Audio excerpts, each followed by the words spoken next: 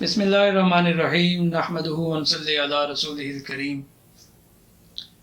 ذی وقار ناظرین، السلام علیکم ورحمۃ اللہ وبرکاتہ۔ ناظرین، یہ اللہ تبارک و تعالیٰ کا ہم پر احسان ہے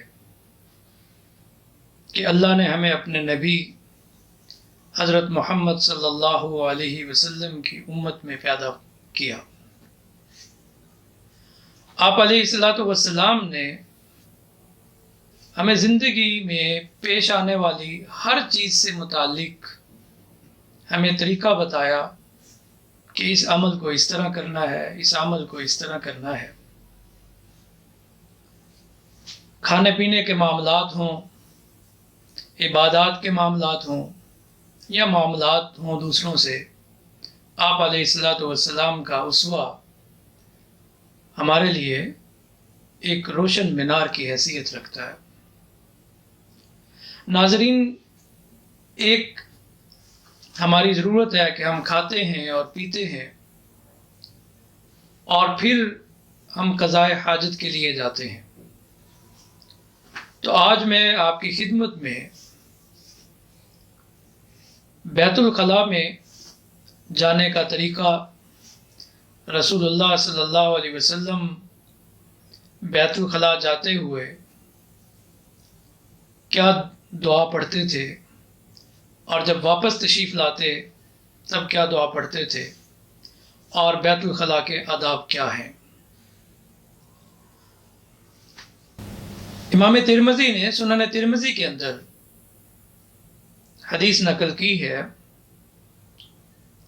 کہ آقا دو عالم صلی اللہ علیہ وسلم اذا داخل الخلاء، جب وہ بیت الخلاء میں جاتے تو یہ دعا پڑھا کرتے تھے، اللہم انی اعوذ بک من الخبث والخبائث۔ یعنی جب بھی آپ علیہ السلام قضائے حاجت کے لیے تشریف لے جاتے، اور اس زمانے میں گھروں میں بیت الخلاء تو نہیں ہوتے تھے، آپ علیہ السلام دور خلاء میں، یعنی خلاء کہتے ہیں دور کی جگہ میں جہاں کوئی نہ ہو، آپ تشریف لے جایا کرتے تھے اور قضائے حاجت سے پہلے جب آپ تشریف لے جاتے تو یہ دعا پڑھا کرتے تھے، اللہم انی اعوذ بک من الخبث والخبائث۔ اللہم، اے اللہ، انی اعوذ بک، میں تیری پناہ چاہتا ہوں، میں تیری پناہ چاہتا ہوں، میں تیری حفاظت چاہتا ہوں، من الخبث والخبائث۔ خبث خبیث کی جمع ہے جس کا معنی مذکر شیطان، اور خبائث خبیثہ کی جمع ہے جس کے معنی مؤنث شیطان، کہ اے اللہ میں تیری پناہ میں آتا ہوں، تیری پناہ چاہتا ہوں، کس چیز سے؟ مذکر شیاطین سے اور مؤنث شیاطین سے۔ او اللہ، I seek your protection from male devils and female devils۔ کیونکہ یہ جو بیت الخلاء ہوتے ہیں، ٹوائلٹس ہوتے ہیں، قضائے حاجت کی جگہ ہوتی ہیں، یہاں پر میل شیاطین کی یہ جگہ ہوتی ہے اور وہ انسان کو نقصان پہنچا سکتے ہیں جب انسان اس جگہ میں ہوتا ہے۔ تو اللہ کے رسول صلی اللہ علیہ وسلم نے ہمیں یہ دعا تلقین کی کہ جب آپ بیت الخلاء جانے لگیں تو یہ دعا پڑھیں، اللہم انی اعوذ بک من الخبث والخبائث۔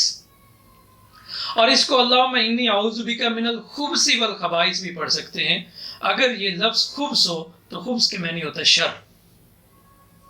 تو آپ بیت الخلاء میں جب جائیں، واش روم میں جائیں، ٹوائلٹ میں جائیں، تو پہلا ادب یہ ہے کہ جب آپ انٹر ہوں تو آپ کا لیفٹ فٹ جو ہے وہ پہلے داخل ہو بیت الخلاء میں۔ اور یہ دعا پڑھنی کب ہے؟ بیت الخلاء میں داخل ہونے سے پہلے، واش روم میں داخل ہونے سے پہلے یہ دعا پڑھنی ہے، اللہم انی اعوذ بک من الخبث والخبائث۔ یہ وہ دعا ہے جو رسول اللہ صلی اللہ علیہ وسلم پڑھا کرتے تھے۔ اور جب آپ واش روم جائیں تو بایاں پاؤں جو ہے وہ آپ پہلے واش روم میں داخل کریں، اور جیسے مسجد میں جاتے ہیں تو دایاں پاؤں پہلے داخل کرتے ہیں، واش روم میں جانا ہے تو پہلے لیفٹ فٹ جو ہے وہ آپ انٹر کریں. اور دوسرا، آپ نے قضائے حاجت کر لی تو پانی کا استعمال کرنا ہے، دھونا ہے اس کو، تو اس کے لیے لیفٹ ہینڈ کا استعمال کرنا چاہیے، یعنی بائیں ہاتھ کا. دائیں ہاتھ سے پانی پکڑیں، جو بھی پانی کا برتن ہو، لوٹا ہو یا مسلم شاور ہو، اور بائیں ہاتھ سے جو ہے اس غلاظت کو، گندگی کو دور کرنا چاہیے، اس کو صاف کرنا چاہیے، دھونا چاہیے. تو یہ ہے. اور اگر آپ صحرا میں ہیں، کسی جنگل میں ہیں، آپ ڈیزرٹ میں ہیں، تو پھر آپ کو واش روم کے لیے آپ کو دور جانا چاہیے، جہاں انسانی نظریں آپ کو نہ دیکھ سکیں.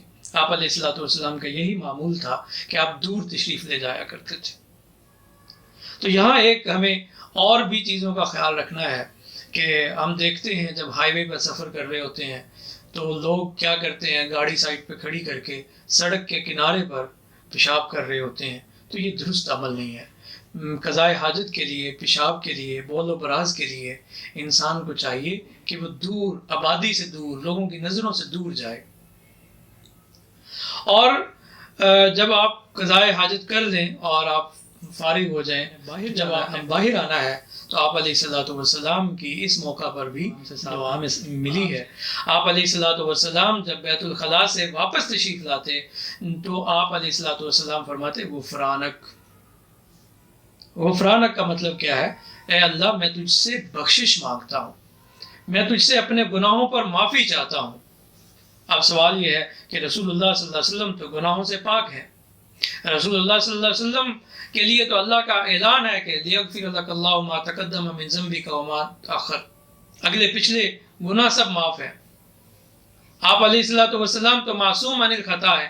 تو پھر آپ علیہ الصلوۃ والسلام یہاں اس موقع پر جب بیت الخلاء سے واپس تشریف لاتے ہیں تو قضائے حاجت سے فراغت کے بعد کیا کہتے ہیں؟ غفرانک. غفرانک کا اے اللہ، میں تجھ سے تیری بخشش کا، تیری مغفرت کا سوال کرتا ہوں. تو اس کے جواب علماء نے بہت سارے دیے ہیں. ایک یہ ہے کہ آپ علیہ الصلوۃ والسلام نے یہ امت کو تعلیم دینے کے لیے یہ غفرانک، تاکہ امت جب، کیونکہ کوئی، آپ علیہ الصلوۃ والسلام تو گناہوں سے پاک ہیں لیکن تمام انسان خطاؤں کے پتلے ہیں، گناہ گار ہیں. تو وہ جب بیت الخلاء سے آئیں تو کیا کہیں؟ غفرانک، اے اللہ میں تجھ سے بخشش مانگتا ہوں. یہ امت کی تعلیم کے لیے تھا. اور کسی نے یہ بھی لکھا کہ آپ علیہ الصلوۃ والسلام کی زبان پر ہر وقت اللہ کا ذکر رہتا تھا، لیکن بیت الخلاء ایسی جگہ ہے جہاں پر انسان زبانی ذکر نہیں کر سکتا، ذکر لسانی نہیں کر سکتا. تو ایک ذکر لسانی کا جو تعطل آیا، تو اللہ کے رسول جب باہر تشریف لاتے ہیں تو اس تعطل کی وجہ سے جو ایک تعطل آیا، ایسی جگہ پر آپ علیہ الصلوۃ والسلام تھے جہاں اللہ کا ذکر کرنا مناسب نہیں ہے، تو اس تعطل پر جو ہے اللہ سے معافی مانگ رہے ہیں. اور کسی نے یہ بھی لکھا کہ نبی علیہ الصلوۃ والسلام کا ہر لمحہ پیچھے والے لمحے سے، یعنی آپ علیہ الصلوۃ والسلام یا کوئی بھی نبی، اس کا آنے والا لمحہ جو ہے پچھلے لمحے سے وہ ترقی کرتا جاتا ہے، وہ بلندی کی طرف سفر کر رہا ہوتا ہے. تو جو پچھلا لمحہ اس لمحے کے مقابلے میں وہ تقصیر محسوس ہوتی ہے، تو اس پر آپ علیہ الصلوۃ والسلام فرماتے غفرانک. یہ لوگوں نے توجیحات دی ہیں، لیکن بہرحال آپ علیہ الصلوۃ والسلام کا یہ عمل جو ہے یہ امت کی تعلیم کے لیے ہے. اور یہ بھی ہو سکتا ہے کہ، اور یہ بات دل کو بھی لگتی ہے کہ جیسے ہم بیت الخلاء سے آتے ہیں اور ہم نے کھایا پیا، اور اگر یہ ہم بول و براز ہمارا نہ خارج ہو تو ہم کس تکلیف میں ہوتے ہیں، کس اذیت میں آ جاتے ہیں. انسان کئی بیماریوں کا شکار ہو جاتا ہے. تو یہ بول و براز کا آنا، قضائے حاجت جو انسان کرتا ہے، اس سے انسان کئی بیماریوں سے بچ جاتا ہے. انسان اپنے آپ کو ہلکا پھلکا محسوس کرتا ہے، انسان اپنے آپ کو ریلیکس فیل کرتا ہے. تو اسی طرح باطنی بیماریاں ہیں. تو جب ہم باہر آتے ہیں تو اللہ سے یہ دعا مانگتے ہیں کہ یا اللہ، جس طرح اس گندگی کو ہم سے دور کر دیا، تو اے اللہ ہماری جو باطنی گندگیاں ہیں، جھوٹ کی بیماری ہے، غیبت کی بیماری ہے، چغلی ہم کرتے ہیں، بغض اور نفرت دلوں میں پالتے ہیں، یا اللہ ہمیں اس سے بھی، ان گناہوں سے کو بھی ہمیں ہماری مغفرت فرما. تو یہ بھی مراد ہو سکتا ہے. اور ابن ماجہ کی روایت میں ہے کہ آپ علیہ الصلوۃ والسلام جب بیت الخلاء سے تشریف لاتے تو یہ دعا پڑھتے تھے، الحمدللہ الذی اذھب عنی الاذی وعافانی. آپ اسکرین پر دیکھ رہے ہوں گے، الحمدللہ الذی اذھب عنی الاذی وعافانی. تمام تعریفیں اللہ کے لیے ہیں جس نے مجھ سے اذیت والی چیز کو دور کر دیا، اور وعافانی، اور مجھے عافیت دی، مجھے ریلیکس کر دیا. تو یہ غفرانک، یہ بھی یہ سنن ترمذی کے اندر ہے اور ابن ماجہ کے اندر ہے کہ آپ علیہ الصلوۃ والسلام اذا خرج من الخلاء، جب بیت الخلاء سے تشریف لاتے تو آپ یہ دعا پڑھا کرتے تھے، الحمدللہ الذی اذھب عنی الاذی وعافانی. تو بعض علماء نے یہ لکھا ہے کہ یہ دونوں احادیث، یہ دونوں دعائیں آپ علیہ الصلوۃ والسلام سے منقول ہیں، اس لیے ملا کر بھی پڑھ سکتے ہیں، دونوں کو اکٹھا کر دیں. کیسے؟ غفرانک الحمدللہ الذی اذھب عنی الاذی وعافانی. تو یہ بیت الخلاء سے جب واپس آئیں تو آپ علیہ الصلوۃ والسلام نے یہ دعا تعلیم کی ہے کہ یہ دعا پڑھیں. اور جب بیت الخلاء سے باہر آنا ہے تو پھر آپ نے دایاں پاؤں پہلے باہر رکھنا ہے. اب اگر کوئی شخص جاتے ہوئے یہ دعا بھول گیا کہ جاتے ہوئے دعا نہیں پڑھی تو کیا کرے؟ اللہم انی اعوذ بک من الخبث والخبائث. تو بیت الخلاء میں تو اللہ کا ذکر کرنا جائز نہیں ہے، تو تب وہاں اگر بھول گیا تو پھر دل میں یہ دعا پڑھے، اللہم انی اعوذ بک من الخبث والخبائث. ناظرین، یہ وہ دعائیں ہیں جو آپ علیہ الصلوۃ والسلام نے اپنی امت کو سکھائی ہیں. ہمیں ہر عمل میں رسول اللہ صلی اللہ علیہ وسلم کی پیروی کرنی چاہیے. ہمیں سمجھ میں آئے یا نہ آئے کہ بیت الخلاء میں کیسے ہمیں کوئی شیطان ہمیں تکلیف پہنچا سکتا ہے، ہمارے ذہن میں آئے یا نہ آئے، لیکن یہ اللہ کے رسول صلی اللہ علیہ وسلم کی بتائی ہوئی دعا ہے. یقیناً اس میں حکمتیں ہیں. ان حکمتوں کا اگرچہ ہماری عقل، ہماری فہم، ہماری وزڈم اس کا ادراک نہ بھی کر سکے، تب بھی ہمیں اللہ کے رسول صلی اللہ علیہ وسلم کی بتائی ہوئی دعاؤں کا ہمیں معمولات کا حصہ بنانا چاہیے. اور قرآن پاک میں ہے وَمَن يُطِعِ الرَّسُولَ فَقَدْ أَطَاعَ اللَّهَ. جس نے رسول اللہ صلی اللہ علیہ وسلم کی اطاعت کی اس نے حقیقت میں اللہ کی اطاعت کی. اور جس نے، اور پھر آپ علیہ الصلوۃ والسلام کو تو ہمارے لیے اسوہ حسنہ، ایک بہترین نمونہ بنایا گیا کہ زندگی کا ایک ایک عمل آپ دیکھیے رسول اللہ صلی اللہ علیہ وسلم کا کیسا تھا. لَقَدْ كَانَ لَكُمْ فِي رَسُولِ اللَّهِ أُسْوَةٌ حَسَنَةٌ. رسول اللہ صلی اللہ علیہ وسلم کی زندگی میں آپ کے لیے بہترین نمونہ ہے. تو واش روم جانا یہ ہر انسان کی ایک فطری ضرورت ہے، اور اس ضرورت یہ ہم واش روم جائیں اور پھر رسول اللہ صلی اللہ علیہ وسلم کی سنتوں پر عمل کرتے ہوئے جائیں اور ویسے ہی واپس آئیں تو ہمارا یہ عمل اللہ کے ہاں عبادت شمار ہوگا. تو ایک بار پھر سے استحضار کر لیجئے اور آج سے یہ عہد کر لیجئے کہ ہم جب بھی بیت الخلاء جائیں گے تو جاتے ہوئے بایاں پاؤں پہلے رکھیں گے، بائیں پاؤں سے انٹر ہوں گے، اور انٹر ہونے سے پہلے یہ دعا پڑھیں گے اللہم انی اعوذ بک من الخبث والخبائث. اور پھر واش روم کے اندر کسی قسم کا اللہ کا ذکر نہیں کیا جا سکتا. ہاں ایک اور چیز، اگر کسی نے کوئی انگوٹھی پہنی ہو اور اس پر کوئی اللہ کا نام لکھا ہو، یا جیسے روایات میں آتا ہے کہ رسول اللہ صلی اللہ علیہ وسلم کے پاس ایک انگوٹھی تھی جس پر محمد الرسول اللہ کنزا تھا، وہ ایک سٹیمپ پاس ہوتی تھی اور خطوط آپ علیہ الصلوۃ والسلام لکھا کرتے تھے، تو وہ سٹیمپ جو ہے، وہ جو انگوٹھی تھی وہ لگایا کرتے تھے. تو آپ علیہ الصلوۃ والسلام جب بیت الخلاء کے لیے جاتے تھے تو اس انگوٹھی کو اتار کر رکھ لیتے. اس سے ہمیں یہ تعلیم ملتی ہے کہ کوئی ایسی چیز جس پر کوئی ذکر لکھا ہو، کوئی اللہ کا نام لکھا ہو یا رسول اللہ صلی اللہ علیہ وسلم کا نام لکھا ہو اور وہ ظاہر ہو اور ہم بیت الخلاء میں جا رہے ہوں، تو ہمیں پہلے وہ اتار کر باہر رکھ لینا چاہیے. بیت الخلاء جائیں، بایاں پاؤں پہلے رکھیں، اور پھر وہاں جا کے جو کپڑوں کا اتارنا ہے یہ بھی یعنی جب زمین پر بیٹھنے کے قریب ہوں تب اتارے جائیں. یعنی ایسے نہیں ہے کہ جا کے پہلے آپ کپڑے، یعنی زمین پر بیٹھنے کے، جب آپ قضاء حاجت کے لیے بیٹھنے کے قریب ہوں تب اپنے کپڑے کھولیں.